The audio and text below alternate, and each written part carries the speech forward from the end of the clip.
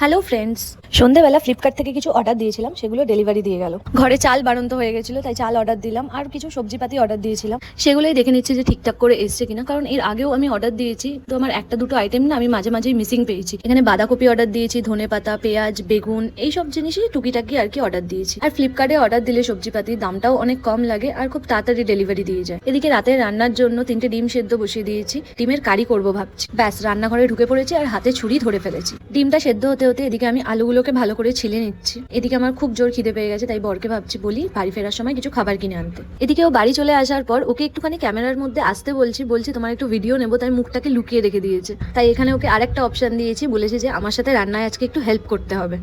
এটা শুনে ভাবছে যে এটা তো আরো বড় বিপদ হলো। তো কি আর করা যাবে, আমি তাড়াতাড়ি করে রান্নাঘরে চলে এলাম, কারণ বাকি রান্নাটা তো আমাকে কমপ্লিট করতে হবে।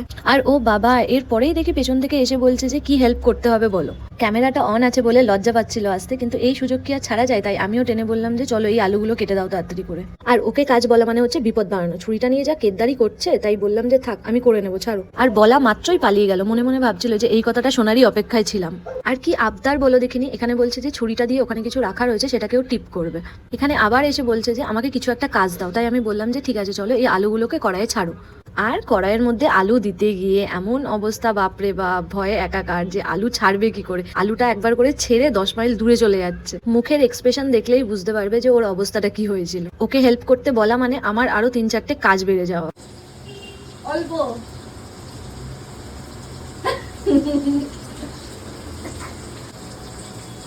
এই লবণ লেলো, অত দিও না, বাস বাস। বাপ রে বাপ, শেফ কত হলুদ দিয়ে দেবো তুমি? তেলটা কত দিয়েছে গো? জলে ভাসছে মনে হচ্ছে। রান্না বান্না হয়ে গেল, এবার দেখাচ্ছে আমাকে ভিডিওর অ্যাঙ্গেল কি করে নিতে হয়। এইসব করতে করতে এত দেরি হয়ে গেল, তাই ওকে তাড়াতাড়ি রান্নাঘর থেকে সরালাম। আর এই ডিমটা আর আলুটা কষতে দিয়ে দিয়েছি। কি মুভি এটা বললে?